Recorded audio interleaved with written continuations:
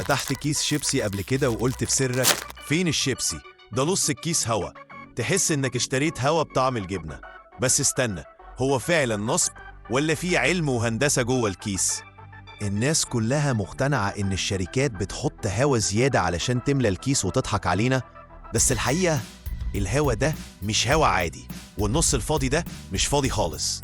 اللي جوه كيس الشيبسي مش هوا، ده غاز اسمه النيتروجين N2، غاز هامل ما بيأكسدش، يعني بيحافظ على قرمشة الشيبسي لأطول وقت ممكن. والكيس بيتنفخ بالنيتروجين بنسبة محسوبة علشان يعمل حاجتين: يمنع الشيبسي يتكسر في النقل، يحافظ على نكهته من الأكسدة والفساد، لأن لو دخل أكسجين الشيبسي طعمه هيتغير ويبقى طري.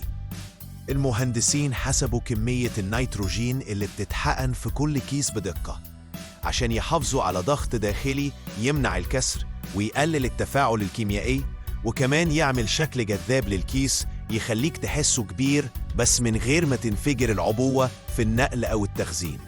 حتى المادة المصنوعة منها الكيس معمولة من طبقات متعددة بسمك معين يمنع تسريب الغاز. في بداية تصنيع الشيبسي كانوا بيحطوه في أكياس ورق أو بلاستيك رفيع، وكان بيوصل للناس مسقوق بطعم جبنة.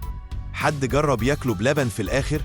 المهندسين وقتها قالوا إحنا محتاجين نغلفه في بيئة آمنة، والحل كان نيتروجين، تصميم كيس قوي.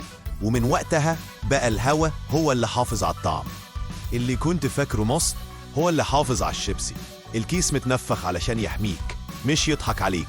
هندسة الغذاء علم بيأكلك وانت مش واخد بالك. الهندسة حوالينا، حتى في الكيس اللي بتفتحه وانت زهقان.